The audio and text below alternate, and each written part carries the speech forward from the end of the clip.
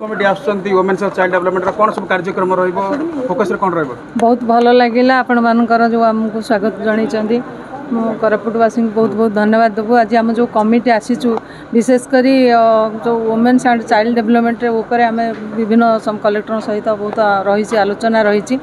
एवं आम निजे भी टिके मनोरंजन करी आपण कोरापुट को जीवु। बहुत बहुत धन्यवाद आपण मान देवमाली रे आज रहिबे तापर आ गोटे समस्या मत रहउची एडी आपण जानिथिबे हॉस्टल रे छात्री माने मध्य निर्यातन शिकार होइचंती महिला मानकर अनेक समस्या अछि फोकस रे आम से फोकस को लेके आसीचु ए अंचल रे कोन सब समस्या रही छि जेहेतु रूरल एरिया रे कोरापुट जिला रहउची मालकानगिरी आम कलेक्टर मान सहित काली गोटे मीटिंग रखीचु पूरा हाउस कमिटी आसीचु हॉस्टल समस्या हो कि बाहर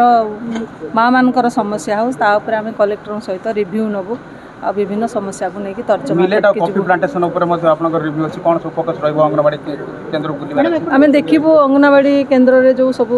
रही माँ माने केते एक्टिविटीज काम करूचंदी से सब